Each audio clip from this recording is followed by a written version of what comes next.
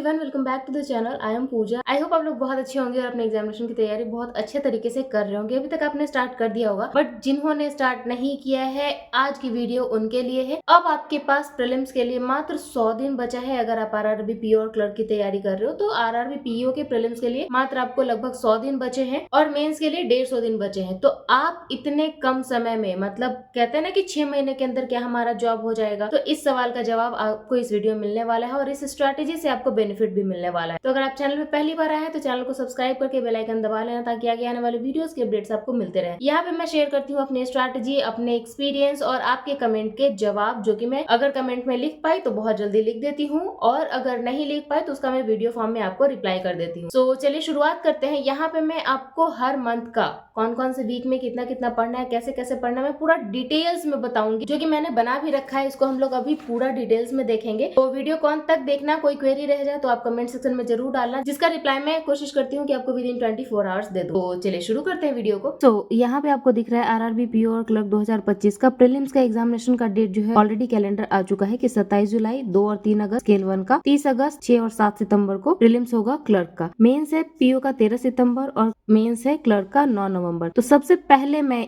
आपको ये बता दूं कि आपको 6 तारीख से स्टार्ट कर देना है और इसमें डेज आपके पास कितने बचे हैं। अप्रैल में 25 दिन बचा है, मई का 31, जून का 30 और जुलाई का 26 दिन, टोटल 112 दिन है। तो मैं नहीं कह रही कि आप एकदम 100% पूरा ऐसे ही पढ़ो, क्योंकि पढ़ने के बाद हर किसी को एक ब्रेक चाहिए होता है। तो मैं अप्रोक्सीमेटली 100 डेज मान के चल रही हूँ और क्लर्क के लिए 145 डेज। ठीक है, इसको यूज कैसे करना है वो भी मैं बताऊंगी। और बारी आती है मेंस की, तो मेंस में आपका 27 जुलाई को एग्जाम होने के बाद, हालांकि आप इस प्रीलिम्स डेज में भी मेंस की तैयारी करोगे, लेकिन मेंस जब 100% देना होगा तो क्या होगा, तो जुलाई में आपका 4 दिन बचेगा आपके पास, अगस्त का 31 दिन और सितंबर का 12 दिन। 112 दिन आपका यहाँ पे था और 47 दिन यहाँ पे, 159 दिन मिला के चल रहे हैं कि हमारे पास 150 दिन बचा हुआ है। और उसी तरीके से 190 दिन हमारे पास बचा हुआ है ओए के लिए, ओए का मेंस के लिए, मतलब आरआरबी क्लर्क मेंस के लिए। ठीक है, अब मैं यहाँ पे आपके साथ वीकली शेयर करने वाली हूँ कि वीकली आपको क्या क्या करना चाहिए, हर दिन का कितने बजे उठोगे, क्या पढ़ोगे, कैसे पढ़ोगे। ये बेनिफिशियल नहीं होगा, उसमें आप फंस जाओगे, क्योंकि हर किसी का टाइम अलग अलग होता है कि कोई 5 बजे उठने वाला होता है, कोई 8 बजे उठने वाला होता है। तो उसके अकॉर्डिंग डिसाइड कर लेना। देखो, अप्रैल का फर्स्ट वीक खत्म हो गया आपके पास, 7th, 6th और 7th 2 दिन बचा हुआ है। इसमें आपको क्या करना है, एक अर्थमेटिक टॉपिक करना है क्वांट्स का, 2 टॉपिक करना है मिसलेनियस रीजनिंग का। क्या क्या है मिसलेनियस में पढ़ना वो भी बताऊंगी। रीडिंग पैसेज रीडिंग करना है आपको और करंट अफेयर्स करना है। करंट अफेयर्स एक ऐसा सेक्शन है जिसको कि आपको डेली करना है, इसमें कहीं कोई कोताही नहीं कर सकते हो। आप डेली वाला पढ़ सकते हो तो डेली वाला पढ़ो, मंथली पढ़ सकते हो मंथली पढ़ो, या तो फिर अगर वीकली पढ़ रहे हो तो वीकली पढ़ो, लेकिन करंट अफेयर्स डेली पढ़ो, उसका क्विज भी लगाओ। अप्रैल के सेकंड वीक में आते हैं तो आपको 3 टॉपिक खत्म करना है। आपको अर्थमेटिक का, 5 टॉपिक मिसलेनियस का, डेली रीडिंग करना है, टॉपिक क्विज लगाना है इंग्लिश का, करंट अफेयर्स पढ़ना है। ठीक है, सेकंड वीक में। थर्ड वीक में आपको सेक्शनल मॉक टेस्ट क्वांट्स का करना है और फोकस करना है वैसे टॉपिक पे जिसको कि आपने अभी अभी ऊपर जितने भी आपने किए थे 3 टॉपिक और 1 4 टॉपिक, उन सबको रिवाइज भी करना है और 2 अर्थमेटिक टॉपिक भी करना है। धीरे धीरे आपका थोड़ा सा बर्डन बढ़ेगा, क्योंकि ये तो वार्म अप था ना, मेन तो अभी यहाँ स्टार्ट होने वाला है। ठीक है, उसके बाद सॉल्व करना है मिसलेनियस टॉपिक क्वेश्चन रीजनिंग में और प्लस 20 पजल करना है। अटेम्प्ट करना है आपको सेक्शनल इंग्लिश और फिर करंट अफेयर्स भी करना है। ठीक है, that is the must thing. फिर आपको 4th वीक में क्या करना है, आपको 50 प्रीलिम्स का डीआई करना है। बोलोगे अचानक से डीआई कहाँ से आ गया, तो जितने भी टॉपिक ऊपर आप करोगे ना उनसे रिलेटेड ही डीआई आते हैं। प्रीलिम्स में इजी डीआई आएगा और 10 क्वेश्चन करना है सारे अर्थमेटिक टॉपिक से, 10-10 क्वेश्चन, सारे अर्थमेटिक से 10-10 क्वेश्चन। ऐसा नहीं 10 बोल दिया तो कोई 10 क्वेश्चन कर लिया, नहीं, सारे अर्थमेटिक टॉपिक का 10-10 क्वेश्चन, 50 पजल, 100 मिसलेनियस प्रीलिम्स का पजल है। ठीक है, 5 आरसी करना है और सेक्शनल टेस्ट लगाना है एटलीस्ट 5। अब सोचो कि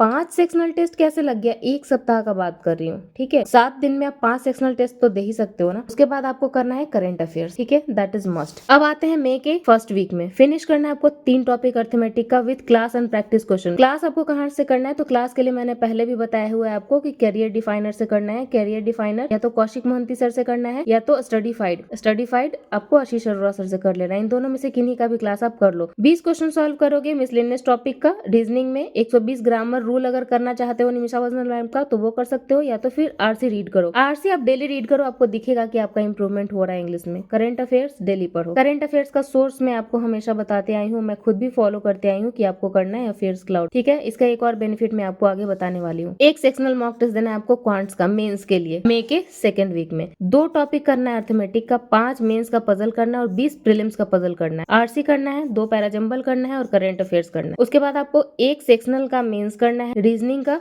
एनालिसिस करना है। ये 3rd वीक में करना है। 2nd वीक में आपने क्वांट्स का दिया था मेंस, आपको थर्ड वीक में रीजनिंग का मेंस देना है। 3 सेक्शनल क्वांट्स करना है प्रीलिम्स का, क्वांट्स का 3 सेक्शनल प्रीलिम्स का, सिर्फ प्रीलिम्स का है मैंने और क्वांट्स का है, ठीक है, और 3 सेक्शनल है। आरसी करना है, 5 क्लोज टेस्ट करना है, 20 एरर करना है और करंट अफेयर्स करना है। ये सब करने के लिए, ये सब जो मैं बता रही हूँ, ये सब करने के लिए कहाँ से करना है, तो आपको पीडीएफ से करना है। पीडीएफ कहाँ पे मिलेगा? आपको गाइडली पे मिलेगा, ठीक है। तो इस ब्रेक में मैं आपके साथ कुछ ऐसे एक्सपीरियंस शेयर करूंगी, जैसे कि क्वेश्चन हम लोग पढ़ तो लेते हैं, कॉन्सेप्ट क्लियर हो जाता है, बट क्वेश्चन प्रैक्टिस कहाँ से करें, ये वाला डाउट क्लियर करने के लिए। तो यहाँ मैं हमेशा से आपको रिकमेंड करते हैं कि गाइडली का पीडीएफ बंडल कोर्स आप लोग यूज कर सकते हैं। अब इसमें बेनिफिट आपको क्या क्या मिलेगा, इनका जो बोट एक्सपर्ट स्टडी स्ट्रेटेजी जो भी चल रहा है, ये बहुत ही अच्छा काम करने वाला है। मुझे बहुत अच्छा लगा, इसलिए मैंने सोचा आपके साथ शेयर कर दूं, क्योंकि आप भी बिगनर हो, आपको भी प्रॉब्लम होता है कि कैसे शेड्यूल तैयार करें, कैसे कैसे किस किस दिन कितना कितना पढ़ें, क्या क्या पढ़ें। कोई होता अगर कहीं फंस जाते हैं तो कोई मेंटर ऐसा होता, क्या कंटेंट हमें कंज्यूम करना चाहिए, क्या नहीं करना चाहिए, कितना कुछ पढ़ना है, कितना स्किप करना है, ये सब कुछ आपको यहाँ पे मिलेगा। तो सबसे पहले तो इसमें शेड्यूल मिलेगा कि आपको कैसे कैसे कितना कितना पढ़ना है, ठीक है। फिर आपको कंटेंट मिलेगा कि क्या क्या पढ़ना है। उसके बाद आपको मेंटरशिप भी मिलेगा। इसमें एक लिंक मैं नीचे डिस्क्रिप्शन में डाल रही हूँ, उसको आप फॉर्म भरो। फॉर्म भरने के बाद आपका कॉन्टैक्ट नंबर से डायरेक्ट आपको गाइडली के मेंटर्स से कॉल आएगा, ठीक है। 1-to-1 कन्वर्सेशन है। आपका जो भी प्रॉब्लम है, जितना भी कंफ्यूजन है कि यहाँ पे वीडियो सॉल्यूशन है या नहीं, अगर कोई क्वेश्चन फंसता है तो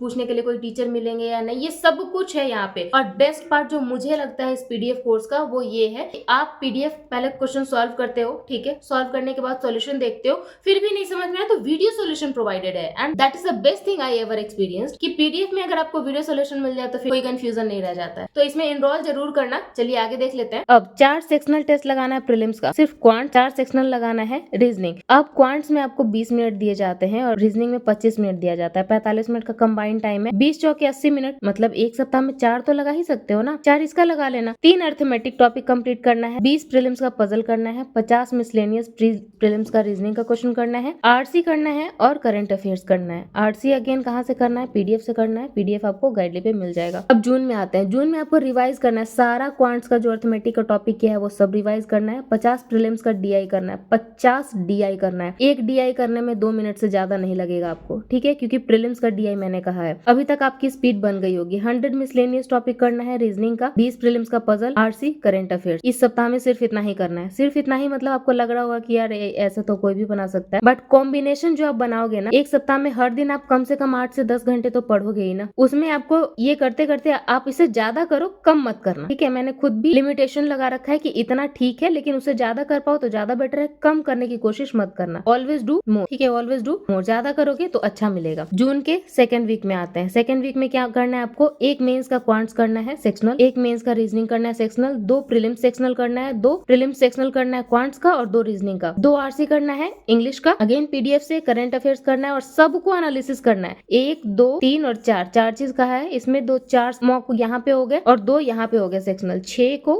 आपको एनालिसिस कर लेना है इस वीक में। बर्डन बढ़ता जाएगा आगे। अभी अब क्या करना है? मोस्ट आस्क अर्थमेटिक टॉपिक, इसको रिवाइज करना है। अब मोस्ट आस्क अर्थमेटिक टॉपिक कहाँ पे मिलेगा? तो जैसे जैसे आप मॉक दोगे ना, आप पीडीएफ से जब प्रैक्टिस करोगे तो आपको समझ में आएगा कि कौन सा क्वेश्चन ज्यादा पूछा जा रहा है। एक सेक्शनल इंग्लिश का लगाना है मेंस का, एक सेक्शनल प्रीलिम्स का लगाना है, प्रीलिम्स का सेक्शनल लगाना है, रीजनिंग का 5 और क्वांट्स का 5 और करंट अफेयर्स करना है। क्योंकि आप जून के थर्ड वीक में आए हो और जुलाई में आपका एग्जामिनेशन, अब धीरे धीरे आपका बर्डन भी बढ़ेगा और आपके मॉक्स और क्विजेस बढ़ने लग जाएंगे। 200 प्रीलिम्स का पजल करना है जून के फोर्थ वीक में, 200 क्वांट्स का करना है, 50 डीआई करना है प्रीलिम्स का, 10 मेंस का पजल करना है, 10 मेंस का डीआई करना है अर्थमेटिक का, 1 मेंस का इंग्लिश का सेक्शनल करना है और करंट अफेयर्स करना है। ये तो जून की बात हो गई। जून तक हो गया आपका फिनिश। अब जुलाई में क्या करना है? Revise all topics of arithmetic, mostly ask and practice. जो भी ज्यादा पूछे जाते हैं उसका आपको रिविजन करना है और वैसे क्वेश्चन की प्रैक्टिस करनी है। 200 प्रीलिम्स का क्वेश्चन करना है सिर्फ रीजनिंग का जुलाई के फर्स्ट वीक में, 200 क्वेश्चन करने हैं क्वांट्स के प्रीलिम्स का, 20 क्वेश्चन आरसी का करना है मेंस, करंट अफेयर्स करना है और 3 सेक्शनल करना है इंग्लिश का। यहाँ पे अगर आप सेक्शनल नहीं कर पाओ तो आप इसको स्किप कर सकते हो। इसको स्किप करके आप क्या करोगे? पीडीएफ का 2 सेट लगा लोगे मेंस का, ठीक है। अब आता है आपका सेकंड वीक, क्योंकि आपका 27 जुलाई को एग्जामिनेशन है। अब आप आओगे सेकंड वीक में। सेकंड वीक में आपको क्या करना है? प्रीलिम्स का मॉक टेस्ट लगाना है, करंट अफेयर्स पढ़ना है और इंग्लिश रीड करना है, बस। मॉक टेस्ट कितने लगाओगे? तो 2 मॉक टेस्ट हर दिन लगाओगे, 2 या 3।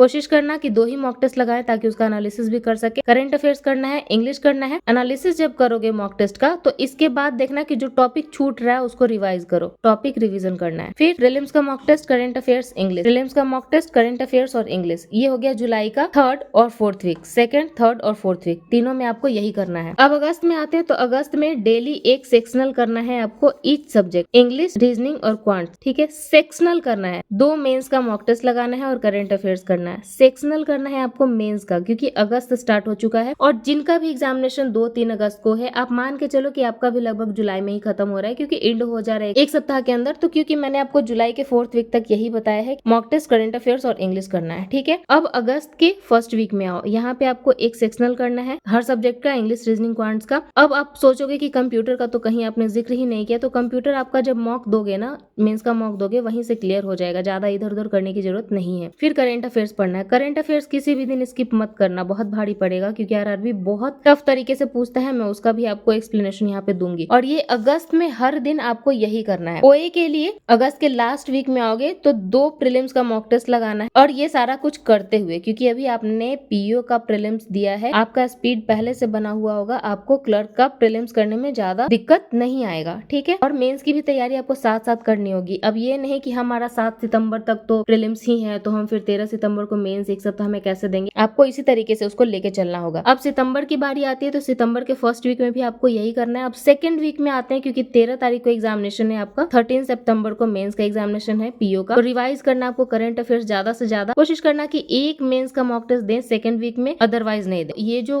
ऊपर वाला कॉमन है वो यही वाला करना है। ठीक है, यही काम करना है। इसके बाद क्या करना है, आप सोचोगे कि क्लर्क के लिए क्या करना है, तो क्लर्क के लिए 2nd वीक में जब आपने एग्जामिनेशन दे दिया, 13 सितंबर को आपने एग्जाम दे दिया, अब 14 को तो आप ब्रेक ले लोगे। उसके बाद आपको क्या करना है, उसके बाद आपको करना है ओए के लिए भी सेम तरीका, जैसे हम लोग पीओ के लिए करते आ रहे हैं ना, कि मॉक टेस्ट दिया, सेक्शनल दिया, मेंस का मॉक टेस्ट दिया, करंट अफेयर्स किया, सेम चीज आपको यहाँ भी कवर करना है till November 1st, then revise current affairs for last 1 week और 5 days with 1 mains mock test. तो इस तरीके से आप अपना 100 डेज और 150 डेज को कंप्लीट यूटिलाइज कर सकते हो और अपना रिजल्ट अपने फेवर में ला सकते हो। तो इसमें कुछ मस्ट डू थिंग्स है, वो है कि रीड, आपको फ्रैक्शन जो है, परसेंटेज फ्रैक्शन डेली आपको एक बार देखना होगा, याद करो चाहे नहीं, एक बार नजर से गुजरना चाहिए। टेबल आपको हर दिन देखना है, स्क्वायर्स देखना और क्यूब्स देखना है।